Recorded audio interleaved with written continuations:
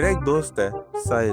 बहुत ही स्मार्ट बंदा था। बोर्ड एग्जामिनेशन में टॉप किया, इंजीनियरिंग में मेरिट लिस्ट में नाम आ गया, और उसके बाद तो उसको प्लेसमेंट नहीं मिल गई। और उसके बाद सभी उसे कहते थे कि भाई तेरा जीवन तो सेट हो गया है। पर दोस्तों, थोड़े दिनों बाद साहिल का फोन आया और उसने मुझे बताया कि उसको जॉब से निकाल दिया है क्योंकि उसने गलती कर दी। और अब सोचो, अगर एक गलती इतना सब कुछ एक इंसान के जीवन में बदल सकती है, तो इमेजिन करो, सुजुका में ड्राइवर अगर गलती से भी 1 मिली सेकंड बाद कॉर्नर पे ब्रेक करे तो उसका क्या हाल होगा। No, no, no, no, no, no, no. Wait, wait, wait, wait. Wait, wait, wait, wait, wait. ये वही सर्किट है जहाँ ड्राइवर्स की रेपुटेशन बनती है और कुछ की हमेशा के लिए बिखर जाती है। तो आज हम रैंक करेंगे top 3 driver predictions for the Japanese grand pre, और साथ में कुछ और प्रेडिक्शंस भी। चलिए शुरू करते हैं। Welcome back guys. अगर चैनल पे पहली बार आए हो तो चैनल को सब्सक्राइब कर देना और बेल आइकन को दबा देना, क्योंकि ये 2026 का F1 सीजन सबको पागल करने वाला है। और तुमको भी ऐसी चटपटी गॉसिप्स के लिए चैनल को सब्सक्राइब कर लेना चाहिए ताकि तुम भी मिस ना कर पाओ। बट उससे पहले थोड़ा कॉन्टेक्स्ट क्लियर कर लेते हैं पुरानी वाली रेसों का। राउंड 1 में ऑस्ट्रेलिया में जॉर्ज रसल ने विन ली। राउंड 2 में Kimi Antonelli second youngest driver बन गया जिसने एक रेस जीती हो। पर हम में से बहुत लोगों को अभी भी लगता है कि फरारी ये वाली रेस जीत सकती है। On the other side, Verstappen जो इस ट्रैक का राजा रह चुका है, वो अभी बहुत बुरा स्ट्रगल कर रहा है और अब उससे वही गाड़ी अकेले भी नहीं चलाई जा रही। मैक्लारेन मैक्लारेन का तो डबल डीएनएफ हो गया था।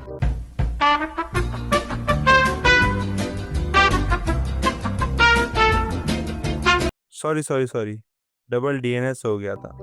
मतलब रेस शुरू होने से पहले ही मैक्लारेन ने हार मान ली थी। तो अभी के लिए पिक्चर तो सेट है।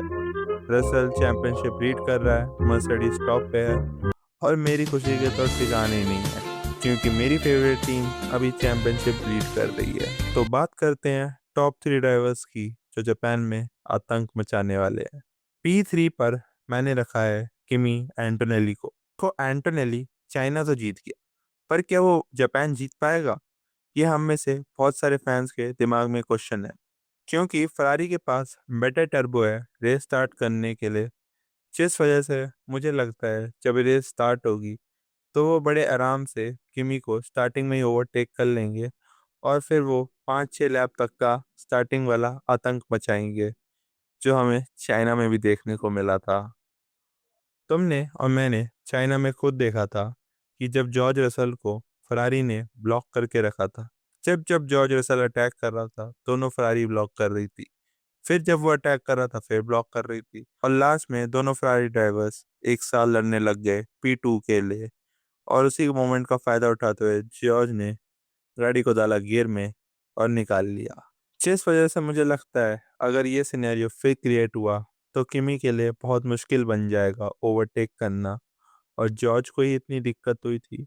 जिस चीज़ को दिमाग में रखते हुए मैंने उसे P3 रखा है।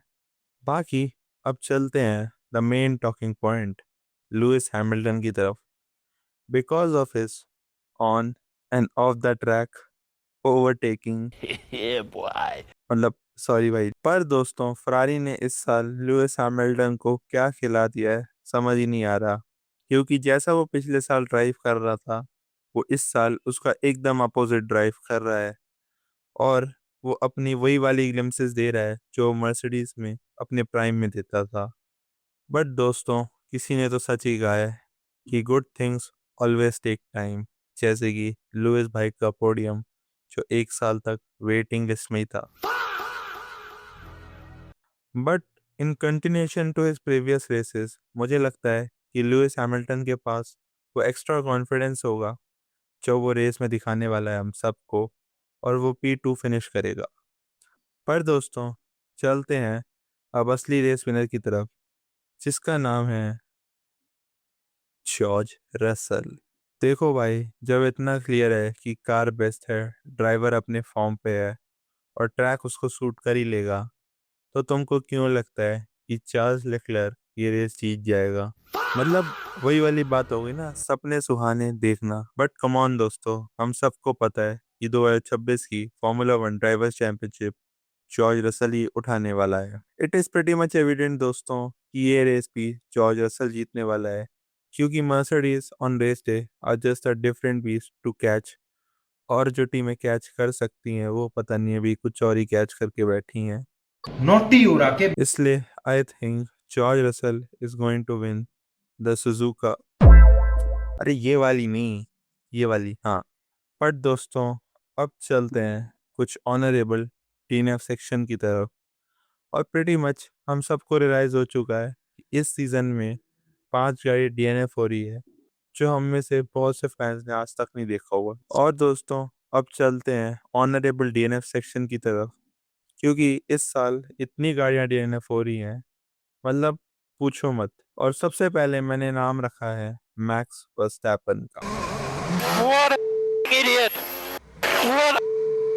दोस्तों अपनी सीटों की पेटियां बांध लो, क्योंकि रेड बुल रेस के दौरान आरजे ला रहा है मैड मैक्स, जहां वो रेड बुल में किसी को नहीं छोड़ने वाला।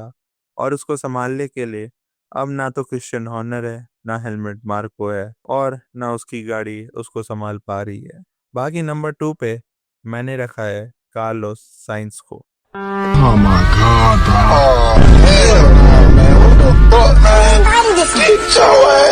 पिछला साल विलियम्स के जितना कॉम्पिटिटिव था और इस सीजन में जितनी वो हाइप से एंटर कर रहे थे, वो उसको बिल्कुल फुलफिल नहीं कर पाए हैं।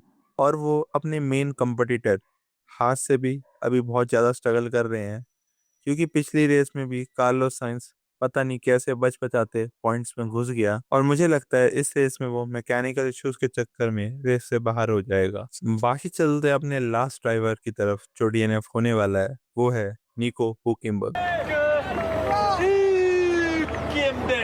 ऑडी का सीजन अभी बहुत मिस्टीरियस जा रहा है, क्योंकि कभी वो स्लो होते हैं और कभी वो फास्ट, जिस वजह से मुझे लगता है कि इस रेस में जब निको हुकिमबर्ग मिडफील्ड में होगा, तब वो क्रैश कर जाएगा किसी ड्राइवर से और बाहर हो जाएगा रेस से, जिस वजह से वो मेरा लास्ट ड्राइवर है जो ऑनरेबल डीएनएफ सेक्शन में आपको मिलेगा। बाकी तुम लोगों को क्या लगता है, कमेंट सेक्शन में ज़रूर बताना कि कौन रेस जीतने वाला है, और अपनी प्रेडिक्शंस भी। बाकी मैं तुमको मिलता हूँ प्रैक्टिस 1 के वॉच अलॉन्ग पे। तब तक के लिए चैनल को सब्सक्राइब कर लो और वीडियो को लाइक कर लो।